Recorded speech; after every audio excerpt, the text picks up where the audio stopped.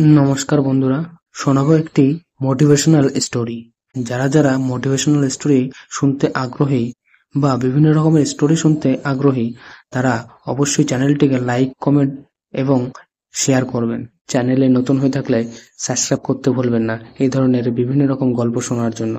শুরু করছি আজকের মোটিভেশনাল স্টোরি। গল্পের নাম স্বপ্নের উড়ান। গ্রামের ছোট্ট মেয়ে রীতা দরিদ্র পরিবারে জন্ম তার। লেখাপড়ার প্রতি তার প্রবল আগ্রহ থাকলেও অভাবের কারণে বেশি দূর পড়াশোনা করতে পারেনি। তার বাবা ছিল একজন দিনমজুর আর মা অন্যের বাড়িতে কাজ করতেন। রিতার স্বপ্ন ছিল নিজের পায়ে দাঁড়ানোর, সমাজের জন্য কিছু করার। একদিন রিতা গ্রামের এক মেলায় যায়। সেখানে সে একটি বিজ্ঞান প্রদর্শনী দেখতে পায়। বিভিন্ন মডেল দেখে তার চোখ ছানা বড়া হয়ে যায়। বিশেষ করে একটি ছোট্ট উইন্ডমিল দেখে তার মনে প্রশ্ন জাগে, কিভাবে সামান্য বাতাস থেকে বিদ্যুৎ তৈরি করা যায়। রীতা ফিরে এসে পুরনো বইপত্র ঘেঁটে উইন্ডমিল সম্পর্কে জানতে চেষ্টা করে, কিন্তু পর্যাপ্ত জ্ঞানের অভাবে সে আটকে যায়। তবুও সে হাল ছাড়ে না। গ্রামের লাইব্রেরিতে গিয়ে পুরনো বিজ্ঞান বই খুঁজে বের করে আর সেগুলো পড়ে নিজের জ্ঞান বাড়াতে থাকে। দিনের পর দিন রীতা তার স্বপ্নের পেছনে লেগে থাকে।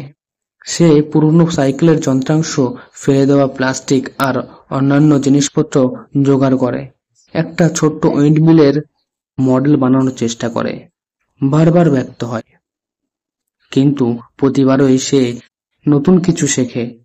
একদিন অনেক চেষ্টার পর রীতার বানানো উইন্ডমিলটি ঘুরতে শুরু করে। সামান্য হলেও বিদ্যুৎ তৈরি হয়।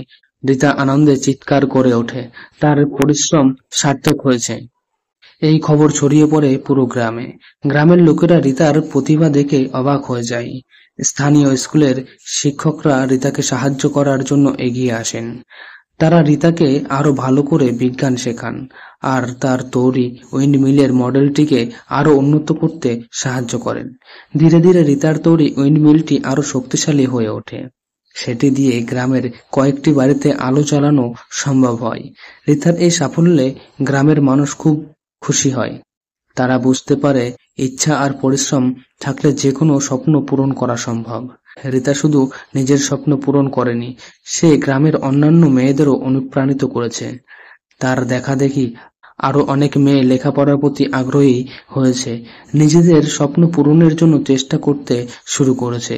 রীতার গল্প প্রমাণ করে, দরিদ্র বা অভাব কখনোই স্বপ্নের পথে বাধা হতে পারে না। সত্যিকারের চেষ্টা আর পরিশ্রম থাকলে যে কোনো মানুষই নিজের লক্ষ্যে পৌঁছতে পারে।